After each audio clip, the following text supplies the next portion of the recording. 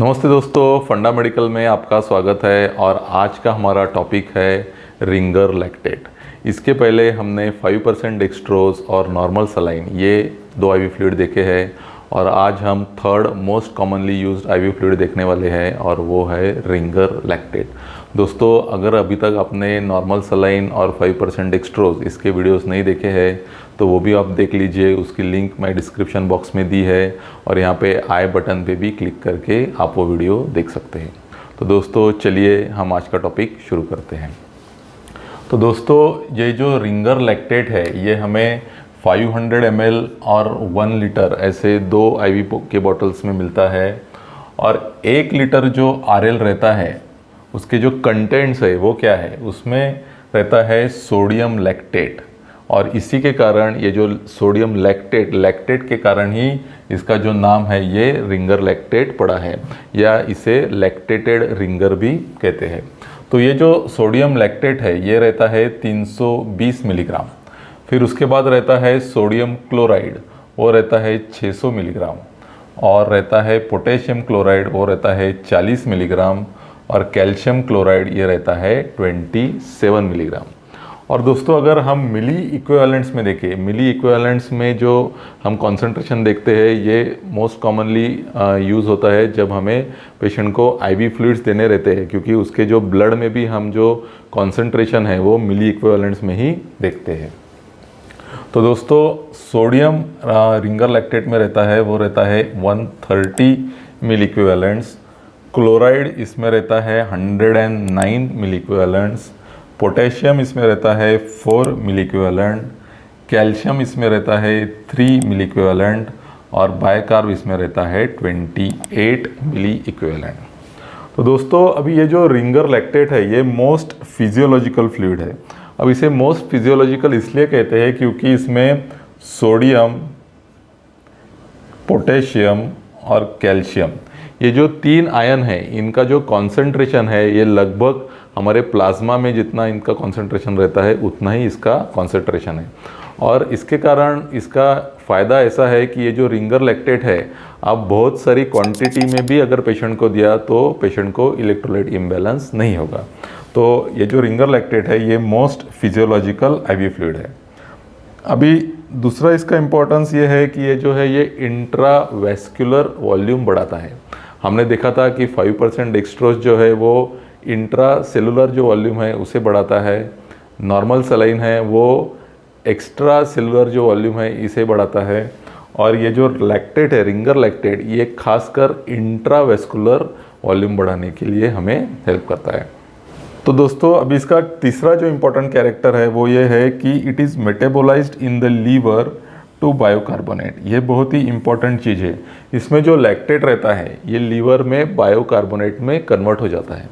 तो इसका यूज़ हमारे लिए ऐसा है कि जब भी पेशेंट मेटाबॉलिक एसिडोसिस में रहता है तो उसे हम ये रिंगर लैक्टेट दे सकते हैं, ताकि ये जो लैक्टेट है फिर आगे बायोकार्बोनेट में कन्वर्ट होकर उसका जो एसिडोसिस है वो इम्प्रूव हो जाता है। तो अब हम देखते हैं कि इसके यूजेस कहाँ पे हैं। तो इसका मोस्ट इम्पॉर्टेंट यूज़ है कि सीवियर हाइपोवॉलीमिया। हमने देखा कि ये जो आईवी फ्लूइड है ये मेनली इंट्रावेस्कुलर वॉल्यूम बढ़ाता है, इसलिए सीवियर हाइपोवॉलीमिया में ये बेस्ट फ्लूइड है। ये जो आईवी फ्लूइड है it is a fluid of choice in diarrhoea induced dehydration. अब जो भी डायरिया के पेशेंट्स है उनमें जो डिहाइड्रेशन रहता है उसमें मेटाबॉलिक एसिडोसिस भी होता है।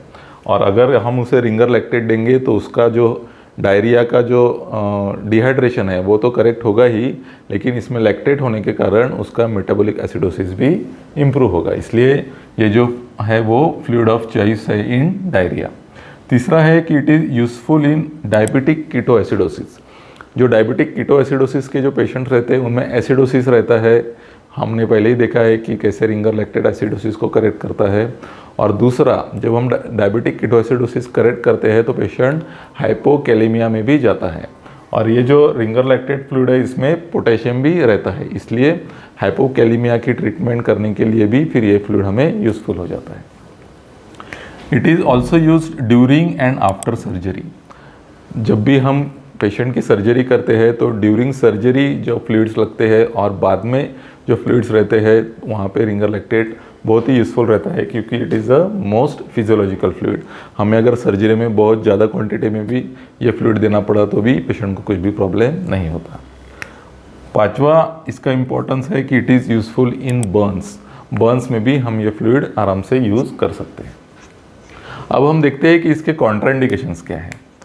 इसका जो पहला कॉन्ट्राइंडिकेशन है वो है इन लीवर डिसीजेस।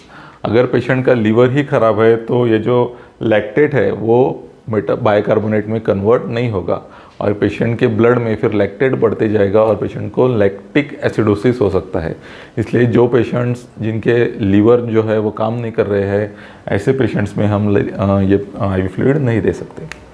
दूसरा इसका कॉन्ट्राइंडिकेशन इन सीवियर हाइपोक्सिया में भी लैक्टिक एसिडोसिस बॉडी में हो जाता है और उसके ऊपर फिर हमने पेशेंट को अगर लैक्टेट दिया तो ये लैक्टिक एसिडोसिस बढ़ सकता है। इसलिए सीवियर हाइपोक्सिया में भी हम ये IV फ्लूइड नहीं यूज़ करते।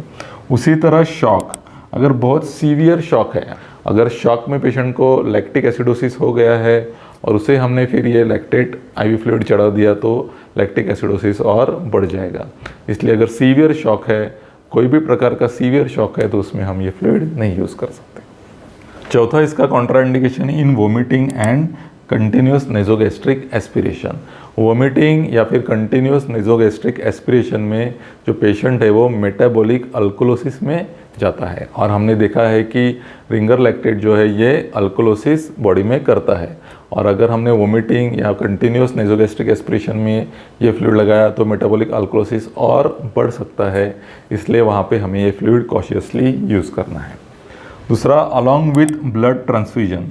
अब ये जो रिंगर लैक्टेट है इसमें रहता है कैल्शियम और ये जो हम जब पेशेंट को ब्लड ट्रांसफ्यूजन देते हैं तो वो जो ब्लड की बॉटल है उसमें रहता है साइट्रेट।